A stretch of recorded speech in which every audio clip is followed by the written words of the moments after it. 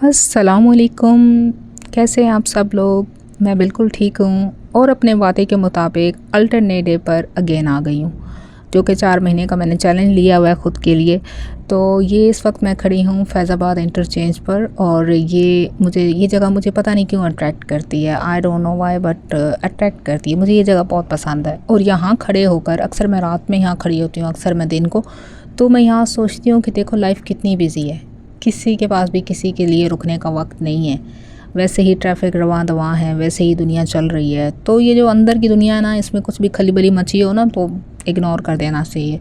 यहाँ खड़े होकर आपको रियलाइज़ होता है कि लाइफ चलती रहेगी भाई, कुछ भी आएगा कुछ भी जाएगा, लाइफ चलती रहेगी। सो अभी सोचा इस साइड वाला एरिया एक्सप्लोर कर लिया जाए। वैसे इस साइड पर मेरा काफ़ी आना जाना होता रहता है, बट आज मैंने सोचा रिकॉर्ड कर लूँ और आपको भी इस साइड वाला एरिया दिखा दूँ, क्योंकि इस साइड पर आपने नहीं देखा होगा पहले। मतलब मेरे व्लॉग्स में नहीं देखा होगा, वैसे जो ये लोग यहाँ पे रहते हैं उन लोगों ने देखा होगा इस साइड पर। लेक व्यू पार्क वाली साइड है ये, और यहाँ से जब आप जाते हो उस साइड पर, तो श्रीनगर हाईवे वाली साइड पर आपको जो यहाँ इस्लामाबाद की खूबसूरती नज़र आती है वो एक नेक्स्ट लेवल होती है। यहाँ इस साइड पे तो एक अलग से शहर है, उस साइड पर एक अलग से व्यूज़ हैं। तो अब जब जाते हो, देखते हो, रहते हो इस शहर में, तो आपको पता चलता है कि कुछ लेवल है, कोई डिफरेंट सीन्स हैं जो आप यहाँ पे इंजॉय करते हो। और जो लोग यहाँ पे टेम्प्रेरी रह रहे हैं उन्हें भी एक अलग ही मज़ा आ रहा होता है। जो लोग यहाँ परमानेंट रह रहे हैं उनको भी एक अलग ही मज़ा आ रहा होता है। ये शहर है ही मज़े का यार, इसकी कितनी तारीफ़ की जाए।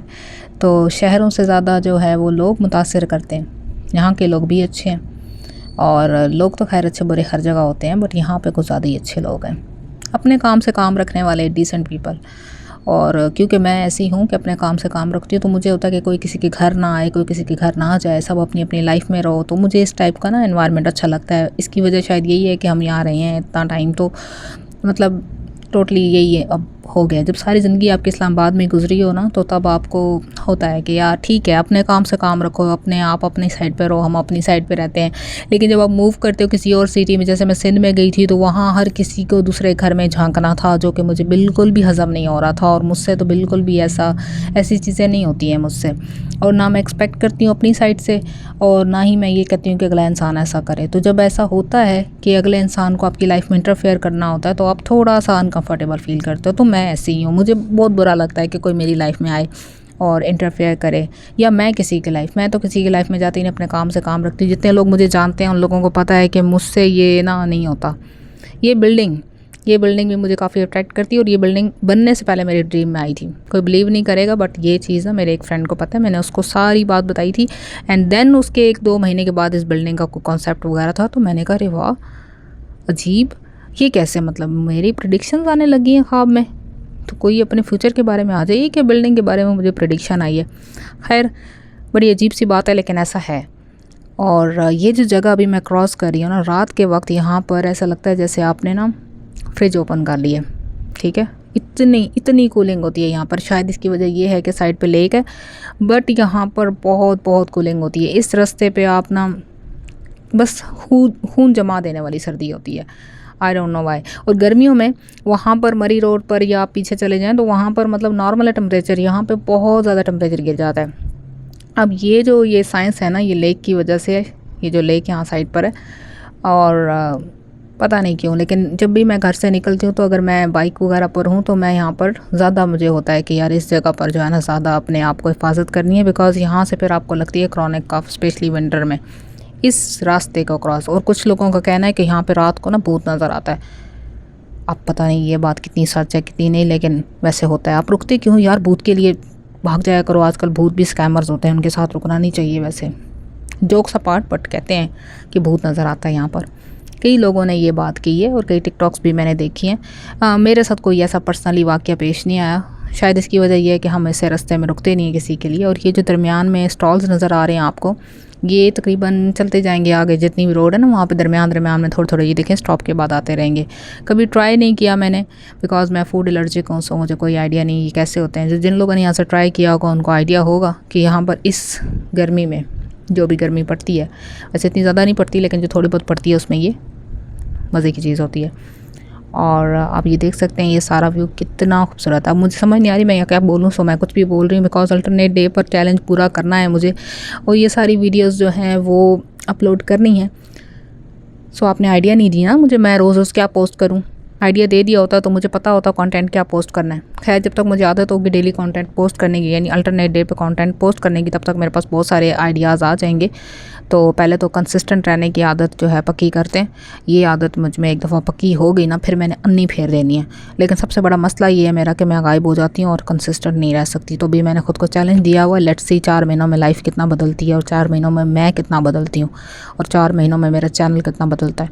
ये सारा कुछ 4 महीने बाद ही पता चलेगा। Just wait and watch. And बात करी थी मैं इस रास्ते की, तो आप ये देख सकते हैं इस रास्ते के साइड पे अब छोटे छोटे जो विलेजेस हैं वो स्टार्ट हो चुके हैं। यहाँ इनके नाम वगैरह मुझे अब मैप में देखने पड़ेंगे, ऐसे मुझे नहीं आते, लेकिन ये छोटे छोटे इलाके हैं यहाँ पर। बारा कहू शायद एक है नाम, कहोटा भी है एक, इस टाइप के कुछ नाम है यहाँ पर। तो बनी काला वाली साइड पर अभी हम आ चुके हैं और आई डोंट नो यहाँ पे हम स्टॉप क्यों किया है, मुझे कुछ याद नहीं है यहाँ पे स्टॉप क्यों किया था। ओ यस यस यस, बनी काला वाली साइड पे टर्न कर रहे हैं हम लोग। Okay okay, sorry.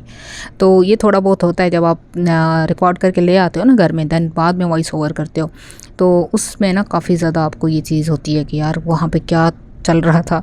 तो खैर वो मैंने बोला ना कि नेक्स्ट टाइम जब ये सारी वीडियोस ख़त्म हो जाएंगी तो जो मेरी न्यू वीडियोस आएंगी, जो कि पता भी चल जाएंगी अब न्यू आ गई हैं, तो वो जो वीडियोस होंगी उनमें मैं ना पहले से ना एक तरह से एक चीज़ करके जाऊंगी और फिर उसी सीन को उसी तरह से लेकर आऊँगी और ऑन द स्पॉट भी बोलने वाला सीन करूँगी। इन सब में पता नहीं मैंने ऑन द स्पॉट बोला क्यों नहीं है, बोल लिया होता तो मुझे काफ़ी ज़्यादा इन्फॉर्मेशन होती।